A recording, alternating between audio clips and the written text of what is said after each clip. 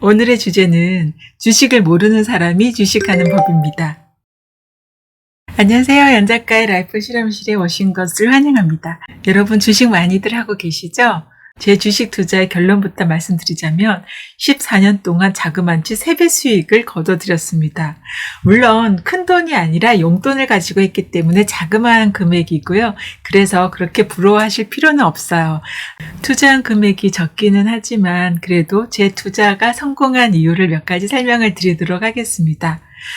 5가지 성공 원칙이 있는데요. 첫 번째는 주식을 잘 몰라서 성공을 했고요. 두 번째는 제가 게을러서 성공을 했습니다. 그리고 세 번째는 성격이 묻어내서 성공을 했고요. 네 번째는 오래 해서 성공을 했고, 5번째는 주식을 잊고 살아서 성공을 했습니다. 기가 막히죠? 참고로 큰돈이 아니라 용돈을 가지고 했기 때문에 와, 저 사람 부자인가 봐, 큰돈 벌었나 봐 라는 생각은 절대 하지 마세요. 애게라고 생각할 수 있을 만한 종잣돈으로 주식을 오래 했을 뿐입니다. 그러면 지금부터 제 주식 이야기를 들려드리도록 할게요. 제가 주식을 시작했을 때가 2011년도였어요. 그때 주식 열풍이 한번 휩쓸고 지나간 적이 있었거든요. 제 주변 사람들 모두가 다시는 주식을 안 하겠다라고 투덜거리는 그런 때였습니다. 그때 저는 주식에 관심도 없었는데 마침 읽었던 책 중에 다들 주식을 안 한다고 할 때가 주식을 할 때다라는 문구가 있었어요. 그래서 나도 주식을 한번 해볼까? 라는 생각을 하게 되었습니다. 그때 제 아이가 초등학교 들어갈 무렵이었고요. 저는 제 정체성을 좀 많이 고민했던 시기였습니다. 그래서 앞으로 어떤 삶을 살고 싶은지, 저희 미래는 어떠할지, 향후에 은퇴하고 나면 어떻게 살고 싶은지 여러 가지 생각이 좀 많았어요. 그때도 제 독서량은 상당히 많았는데요. 저도 모르게 시대의 흐름을 조금씩 읽을 수 있는 눈이 생겼던 것 같아요. 그래서 자연스럽게 주식을 해볼까라는 생각도 했던 것 같아요. 일단 주식에 대해서 아는 게 하나도 없어서 도서관에 가서 주식과 관련된 책 여러 권을 빌려왔습니다. 그렇게 해서 공부를 해보니 저는 주식을 하면 안 되는 사람이었어요. 기업의 재무제표부터 분석하라고 하는데 너무너무 귀찮은 거예요. 그래서 만약에 주식을 한다고 하면 몇 가지 원칙만 세워서 그것만 지켜서 해보자라고 생각을 했습니다. 첫 번째로는 제가 아는 기업에 투자를 하자였어요. 책이나 TV를 통해서 또는 제가 직접적으로 친숙하게 아는 기업이 있는데 다른 사람도 좋다고 말하는 그런 기업, 거기에 대해서만 한정해서 투자를 하자라고 생각을 했습니다. 대부분 이런 기업들은 다 우량주예요. 테마주 이런 건 아예 거들떠 보지도 않았습니다. 예를 들어서 그 무렵에 반도체 시장의 미래 관련된 책을 읽었어요. 실제로 삼성전자 프로젝트를 해본 적도 있고요. 하이닉스 프로젝트를 방문한 적도 있었습니다. 그러면서 회사 기업의 어떤 분위기까지도 직접 눈으로 봤던 시기였는데요. 그때는 삼성전자가 액면분할 하기 전이라 하이닉스 반도체를 샀어요. 그런데 사고 나서 40% 이상 수익을 올리고 팔았었거든요. 아마 지금까지 가지고 있었으면 더 큰 수익을 얻을 수 있었겠지만 그래도 이 정도만 해도 초보자치고 큰 수익이었죠. 두 번째는 매수 타이밍이에요. 기업은 큰 문제가 없는데 외부의 어떤 악재로 인해서 가끔 주식이 하락할 때가 있더라고요. 그럴 때 회복 탄력성이 있는 기업은 금세 원래 수준으로 올라가는 걸 수차례 목격을 했습니다. 기억에 남는 예가 그때 국가적인 어떤 악재가 있었던 것 같아요. 그것 때문에 10개 그룹이 30% 이상 주식에 손해가 났다라는 그런 기사가 뜬 적이 있었거든요. 그 10개 중에 3개가 K문화를 선도하는 엔터테인 회사였는데요. 그때도 마침 독서를 통해서 향후에 우리나라 엔터 산업은 더 발전할 것이다 라는 문구도 읽은 적이 있고요. 이 악재만 살아나면 금세 원래 가격으로 회복할 것 같아서 조금 샀습니다. 그렇게 해서 아니나 다를까 시간이 좀 지나고 악재가 사라지자 원래 가격으로 회복을 했고요. 그렇게 해서 또 40% 이상의 수익을 남겼습니다. 그리고 처음에 BTS가 글로벌에서 인기를 얻기 시작했을 때 여러 책에서 또 BTS가 언급되면서 이 그룹이 세계 시장에서 왜 성공을 하고 있는지를 분석한 내용이 있었습니다. 그래서 BTS를 눈여겨보고 있다가 상장하고 나서 5주를 사고 추가 2주를 더 사서 7주 가지고 있는데요.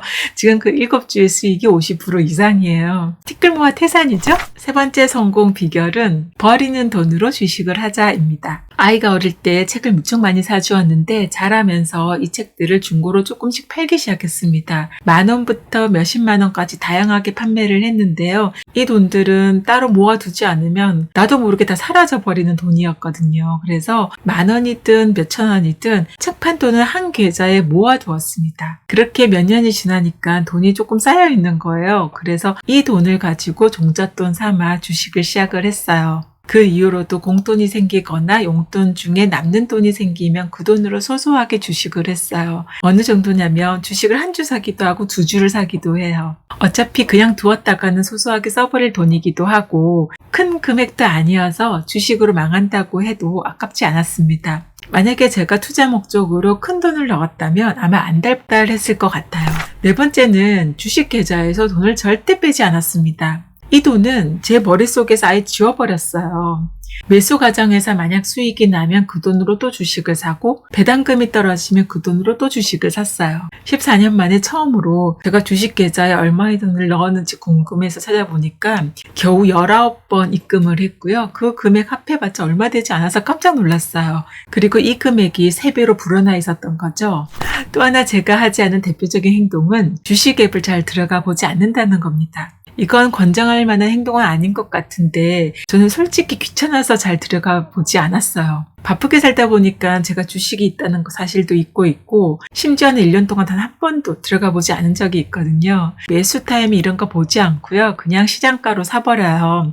어차피 저는 오래 가지고 있을 타입이고요. 겨우 몇십만 원어치 사는데 100원, 200원 가지고 신경 쓰고 있느니 그냥 클릭 눌러놓고 업무에 집중하는 편이 훨씬 낫더라고요. 그러다가 뉴스에서 시장 경기가 좋아졌다, 국제 정세가 나아졌다라고 할 때 들어가 봐요. 그럴 때 들어가 보면 어지간한 주식들은 다 올라가 있거든요. 그리고 반대의 경우는 대부분 떨어져 있는데 그때 가끔 들어가서 주식을 좀 더 사둡니다. 만약에 제가 주식을 매일 신경 썼다면 아마 진작에 그만두었을 거예요. 특히 코로나처럼 전체 시장이 완전 엉망일 때는 아예 들어가 보지 않았습니다. 굳이 주식 시장 들어가서 스트레스 받고 싶지 않았거든요. 언젠가 일생으로 회복이 되면 주식 시장도 제자리를 찾겠거니 생각하고 그냥 기다렸습니다. 사실 부동산도 마찬가지 아닌가요? 어떤 분들 같은 경우는 지금 현재 살고 있는데 아파트 가격이 올랐다 내렸다로 상당히 속상해 하시거나 좋아하시는 분들이 있는데 저는 그런데도 상당히 무던한 편이에요. 지금 당장 팔아야 하는 게 아닌 이상 이 아파트 가격이 오르든 내리든 나와 하등의 관계가 없다라고 생각하고 그냥 일에만 집중을 하거든요.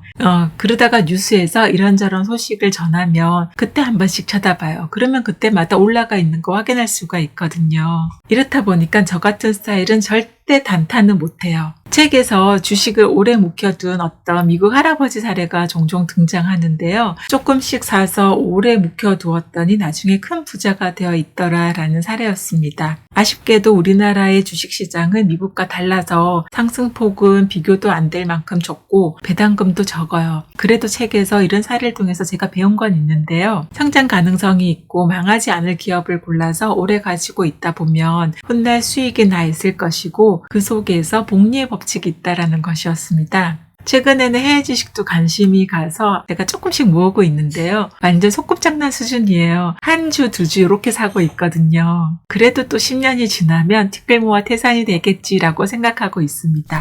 주식을 모르는 사람이 주식을 성공한 비결에 대해서 알려드렸는데요. 한 가지 더 있어요. 그건 바로 책입니다. 여기에서 책은 주식 관련된 책이 아니에요. 그런 책들은 읽다가 복잡해서 던져버렸습니다. 마치 초등학생에게 미분적분 가르쳐주는 기분이었거든요.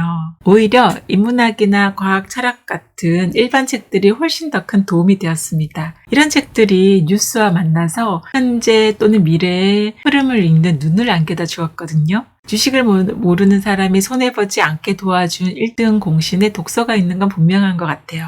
오늘의 주제는 알아두면 쓸모없는 주식 이야기였죠. 혹시 용돈으로 주식을 하고 싶으신 분, 그리고 너무 게을러서 주식은 잘 못해라고 생각하시는 분은 제가 설명드렸던 방법으로 한번 시작을 해보세요. 생각보다 쏠쏠한 재미를 느끼실 수 있을 것 같습니다. 오늘도 영상 봐주셔서 감사합니다.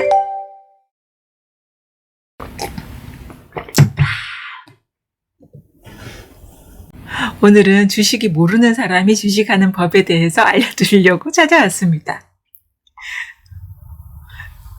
저도 기가 막히네요.